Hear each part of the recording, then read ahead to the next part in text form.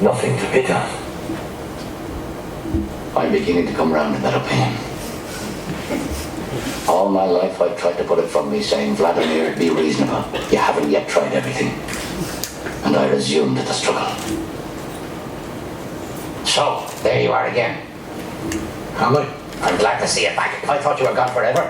Me too. Together again at last. We'll have to celebrate this. But how? Get up till I am break. Eiffel Tower during the Second World War. So it is possible that Esteban and Vladimir are Jews waiting for a guide Godot, but we do not know if they will come. Nobody knows. It's an open end.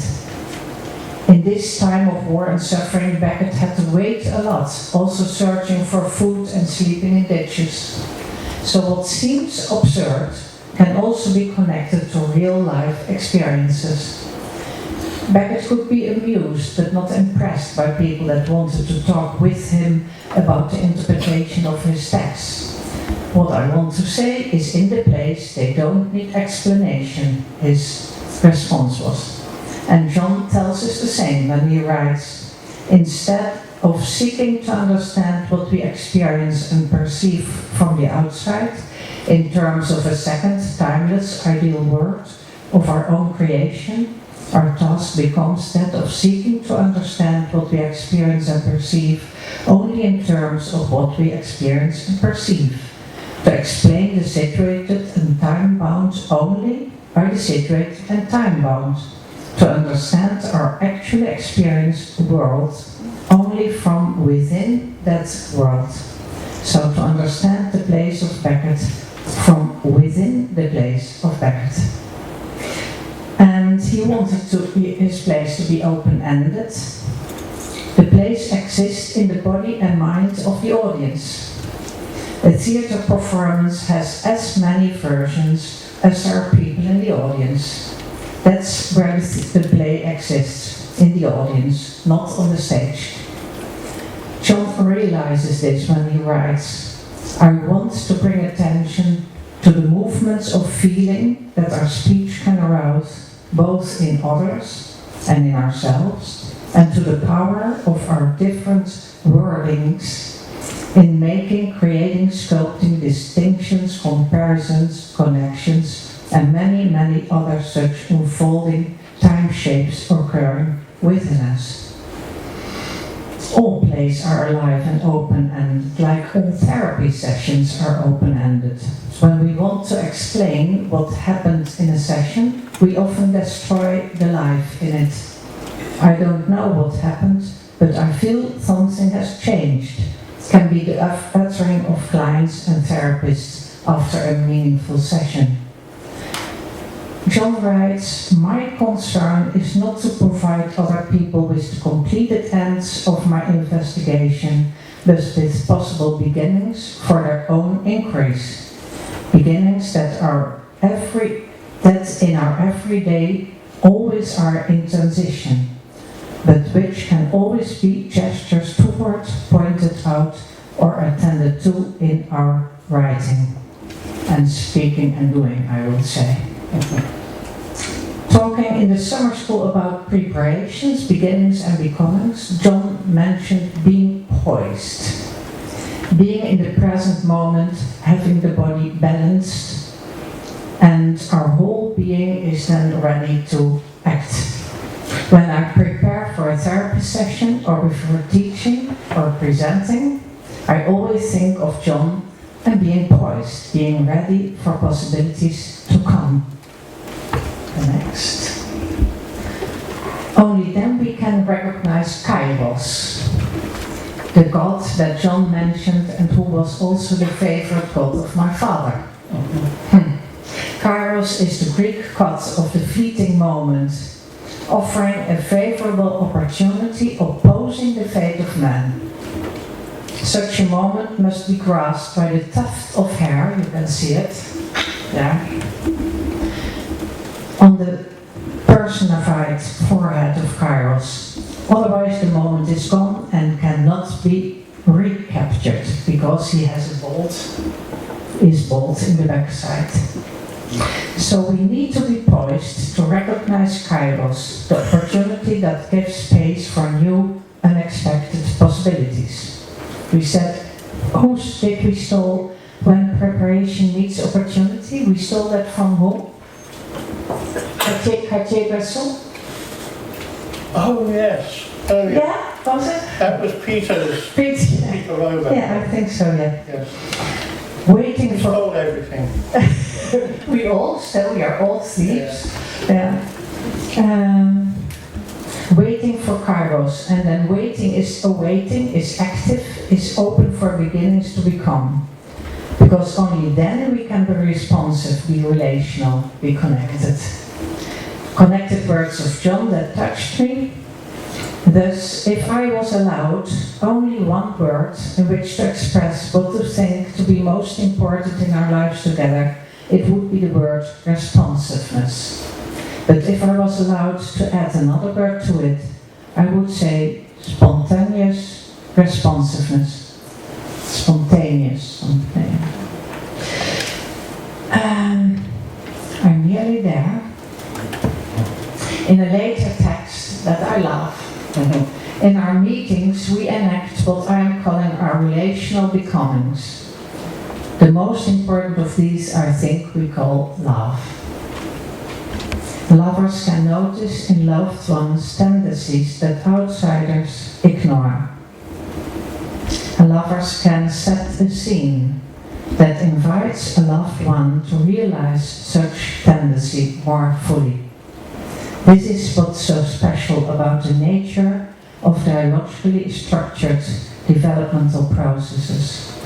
As Bakhtin puts it, such a process always creates something that never existed before, something absolutely new and unrepeatable. And moreover, it always has some relation to value. What is given is completely transformed in what is created. And this could bring, I took a part out, us to an ending of the fragmentation of our relations to each other and the discovery of how much more we can do together than we can do apart. Can you do the text? So John, will you please do a small piece of Beckett with me? We can do so much more together than I can do apart. Yeah?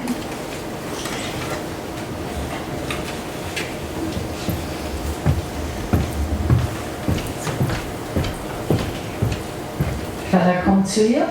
Okay. Can I be here? I can stay standing up. Charming spot.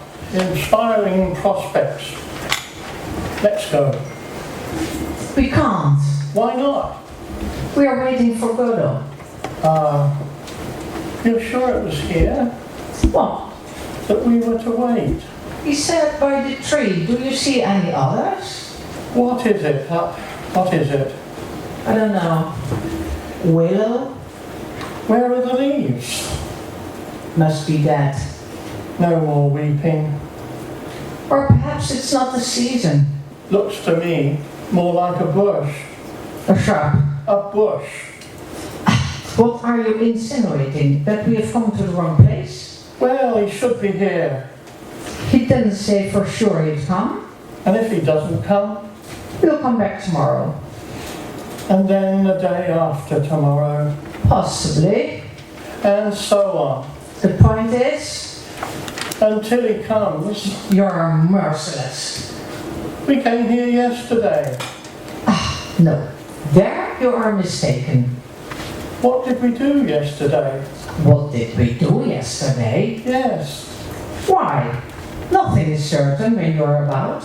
In my opinion, we were here. You recognize the place? I didn't say that. Well, That makes no difference. all the same. That tree, that walk. You're sure it was this evening What? that we were to wait? He said yes, Saturday, I think. You think.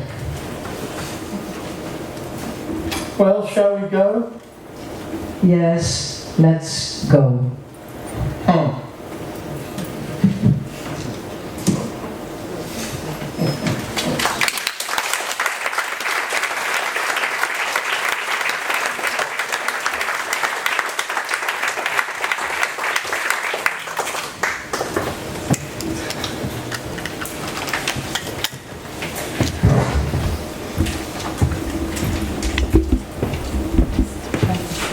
Thank you so much, Justine. That's lovely. And John.